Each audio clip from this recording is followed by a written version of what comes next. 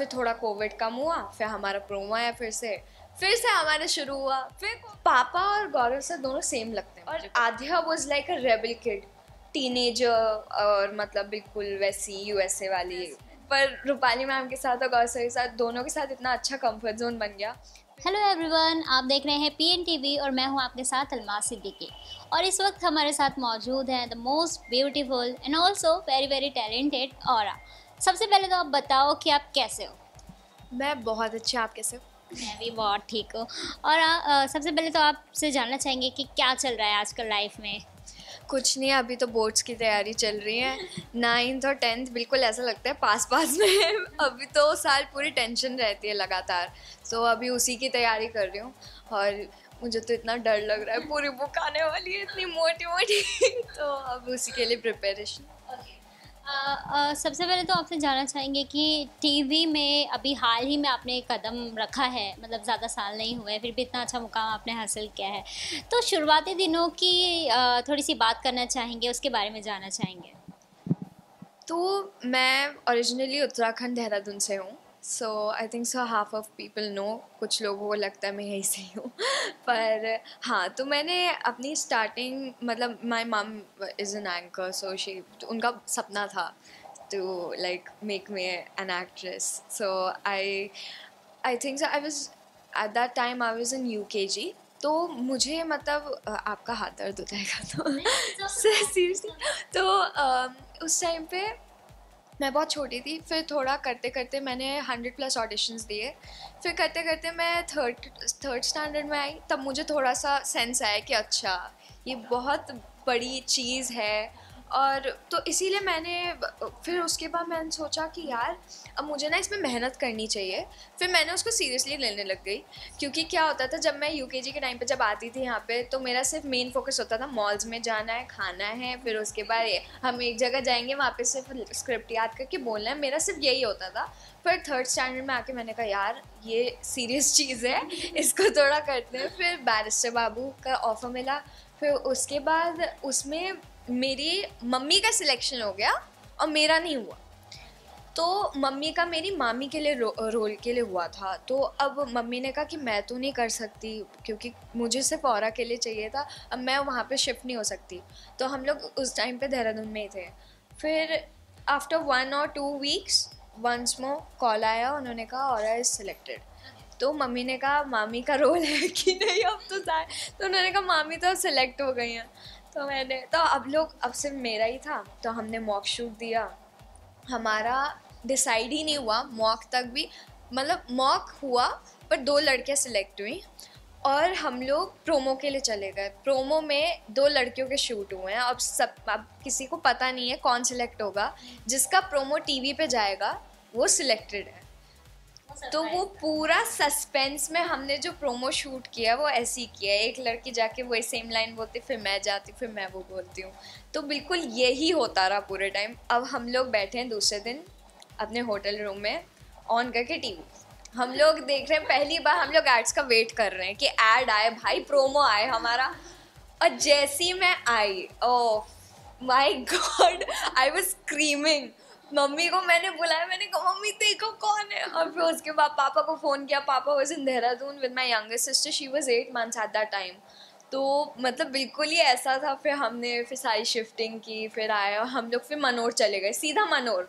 हमारे पास सिर्फ एक सूटकेस था। फिर 1 month पूरा मनोर हमने आउटडोर शूट किया है। अरे पूरा मतलब ऐसा हेक्टिक था हमारा पूरी जर्नी स्टार्टिंग की। फिर उसके बाद बैरिस्टर बाबू शुरू हुआ। फिर बैरिस्टर बाबू में मस्त, फिर लॉकडाउन आ गया। फिर लॉकडाउन में हमने थोड़े 1-2 महीना रुके। उसके बाद फिर से हमने शुरू किया कोविड में ही। और 100 क्रू हमारा रहता था वहीं पे फिल्म सिटी में, उन कमरों में। और हम लोग वहाँ पे आते थे तो कुछ लोग वहीं पे ही सो रहे होते थे, फिर हम लोग वहाँ पे बैठ के तैयार करते थे। तो बिल्कुल वो वाली जर्नी चली। फिर उसके बाद फिर थोड़ा कोविड कम हुआ, फिर हमारा प्रोमो आया, फिर से हमारा शुरू हुआ। फिर कोविड आ गया, फिर लॉकडाउन लग गया, फिर हम लोग गुजरात गए। पूरी जर्नी ऐसी चलती रही। फिर उसके बाद दुर्गा चारू आया सीक्वल, और फिर उसके बाद फिर अनुपमा आ गया। तो सो बैरिस्टर बाबू से अनुपमा में आपकी जो स्किल था वो बहुत ही अलग था अनुपमा में, और बैरिस्टर बाबू में थोड़ा अलग, तो क्या चेंजेस की आपने, कैसे प्रैक्टिस की, प्रिपरेशन कैसे किया? तो हम लोग एक्चुअली बॉन्दिता बहुत ही distinct character, she was like very चंचल क्यूट, मतलब बिल्कुल और Aadhya was like a rebel kid, teenager, और मतलब बिल्कुल वैसी यूएसए वाली लड़की। तो अब बिल्कुल ही ना, मतलब ऐसा डिफरेंस हो गया था, ऑपोजिट बिल्कुल। और उससे पहले मैंने दुर्गा चारू भी किया था, वो भी ऑपोजिट था, पर उसमें इतनी मेहनत नहीं थी, क्योंकि रेबल किड करना ना बहुत मुश्किल हो जाता है as a like own innocent kid. तो मैं मतलब बहुत ही सॉफ्ट स्पोकन ऐसा वाला टाइप है मेरा, थोड़ा मतलब बिल्कुल ही मतलब मेरे कोई ऐसा टीनेजर वाला है ही नहीं मुझ में, पता नहीं, ऐसे सब लोग बोलते हैं तो मिलेनियल हो गया, तो तो मेरे में बिल्कुल जेंजी कुछ है ही नहीं। तो अब फिर वो आध्या में कन्वर्ट होना was like a really hard challenging thing, पर कर करके मुझे समझ में आया कि भाई अभी जेंजी वाला कुछ लाना पड़ेगा। फिर उसके बाद करके हो गया, बस मुझे चिल्लाना ही था, बस ऊपर वॉइस करके बिल्कुल मतलब बिंदास वाला। तो इसीलिए उसके लिए मैंने प्रिपेयर इतना नहीं किया, क्योंकि इतना टाइम ही नहीं मिला, क्योंकि राजन सर की चॉइस मैं ही थी, और मुझे मतलब देहरादून से अनुपमा के लिए आना पड़ा, हम लोग नहीं तो शिफ्ट हो गए थे।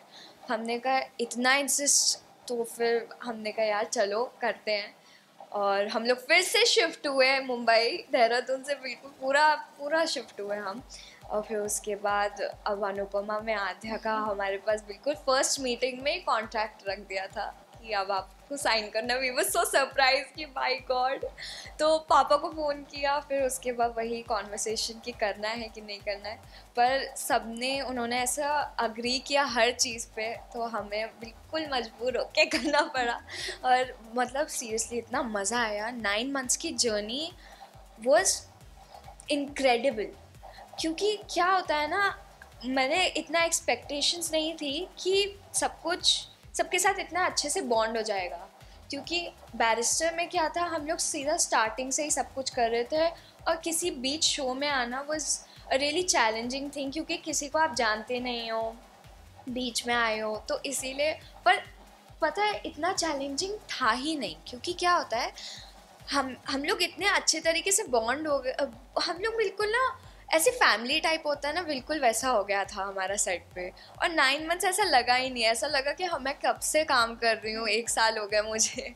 तो मुझे बहुत मज़ा आया अनुपमा के journey, it was very good. ये जो आपकी जर्नी है 4 5 इयर्स हम कह सकते हैं, तो इस पूरी जर्नी को आप कैसे देखते हैं, और सबसे टफेस्ट टाइम क्या था इस पूरी जर्नी में आपके लिए? आई थिंक सो, हर चीज़ का tough time, I think it has to be the start. क्योंकि जब आप स्टार्टिंग में बिल्कुल एक ऐसी जगह से होते हो जहाँ पे आप मतलब आपको वो भी नहीं पता कि कैसे ऑडिशंस देने हैं, वो बहुत टफ होता है। और मम्मी ने इतनी मेहनत की है मेरे साथ लग के, इज़ अ रियली, मतलब मैं लिटरली मम्मी को इतना थैंक्स बोलती हूँ, मैं तो कभी कभार रोने लग जाती हूँ कि आपने सब कुछ करा मेरे लिए। तो मतलब मुझे स्टार्टिंग का टाइम ही बहुत हार्ड लगा, मुझसे ज़्यादा मम्मी को हार्ड लगा होगा, क्योंकि we were from a really small place, मतलब अब मुंबई जैसी जगह में आके हमें ऑडिशंस देना सब कुछ, मतलब हैट्स ऑफ टू मम्मा। क्योंकि मम्मी ने बीच में एग्ज़ाम भी दिए हैं, डॉक्टर का जो नेचुरोपैथी का कोर्स किया है उसके बीच में एग्ज़ाम दिए मेरे शिफ्टिंग ऑडिशंस के साथ साथ, तो इट वाज लिटरली मतलब और अब मतलब स्टार्टिंग का टाइम बहुत हार्ड था हमारे लिए, बिल्कुल आना जाना, बिल्कुल Dehradun to Mumbai, Mumbai to Dehradun was very hectic. तो हाँ, वही सबसे हार्ड टाइम था हमारा इंडिया। अब अनुपमा की बात करें अगर हम, तो सेट पर आपकी बॉन्डिंग कैसी थी सबकी? गौरव खन्ना कह लें, रूपाली के साथ कैसी थी आपकी बॉन्डिंग? सबके साथ इतनी अच्छी बॉन्डिंग मैंने कभी एक्सपेक्ट भी नहीं किया था, क्योंकि 9 मंथ्स में इतना मतलब एक वो होता है ना, अटैचमेंट हो जाता है किसी से, बहुत हुआ। और रूपाली मैम के साथ, गौरव सर के साथ, सबके साथ, और भी को स्टार्स थे उनके साथ भी इतना अच्छा लगा। और मैंने जब मैं फर्स्ट टाइम मैंने सेट पे एंट्री मारी तब गौरव सर का शूट चल रहा था, तो पूरे 1 मंथ गौरव सर के साथ ही रहा मेरा।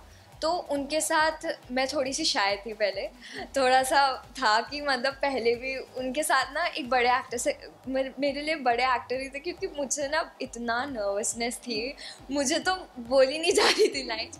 फिर गौरव सर ने थोड़ा किया मेरे साथ, कंफर्ट जोन किया, फिर तो उनके साथ थोड़ी कंफर्ट जोन बनी। अब रूपाली मैम के पास मैं मिलने गई, अरे रूपाली मैम तो मेरा तो वैसे ही वही नर्वसनेस। पर फिर उसके बाद थोड़े सीन्स हुए उनके साथ, और उनके साथ लड़ाई वाले सीन्स पहले बार तो इसीलिए वो वाले बड़े मोनोलॉग वाले सीन्स, तो अब वही नर्वसनेस। पर रूपाली मैम के साथ और गौरव सर के साथ, दोनों के साथ इतना अच्छा कंफर्ट जोन बन गया।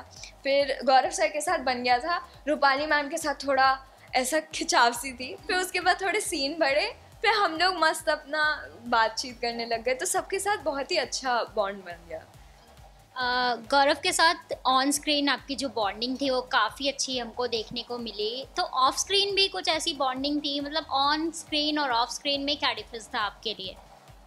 ऑन स्क्रीन वॉज वेरी बहुत अच्छा बॉन्ड दिखाया, पर कभी कभार बीच में लड़ाई हो जाती थी, और वो मतलब एक हेटेड वाला हो जाता था कि आप उनके पास ही जाते रहते हो। पर ऑफ स्क्रीन वॉज एक्चुअली, मतलब मुझे इतना एक्सपेक्टेड सच में नहीं था कि हम लोग साथ बैठ के खाना खाएंगे और इतने अच्छे हो जाए। मुझे मतलब बिल्कुल ना पापा और गौरव सर दोनों सेम लगते हैं मुझे, पता नहीं क्यों, क्योंकि आई think so it's there characteristics और समथिंग, कि उन दोनों में ना बिल्कुल वही सेम चीज़ दिखती है। कभी गुस्सा हो जाएंगे तो इतना गुस्सा हो जाएंगे कि बिल्कुल बात ही नहीं करेंगे, फिर कभी इतना प्यार करेंगे, और इतना ज़्यादा बॉन्डिंग, मतलब मुझे बहुत उनके साथ ऑफ स्क्रीन भी इतना था, ऑन स्क्रीन जैसा आद्या का था वैसे ही मेरा सेम उनके साथ था।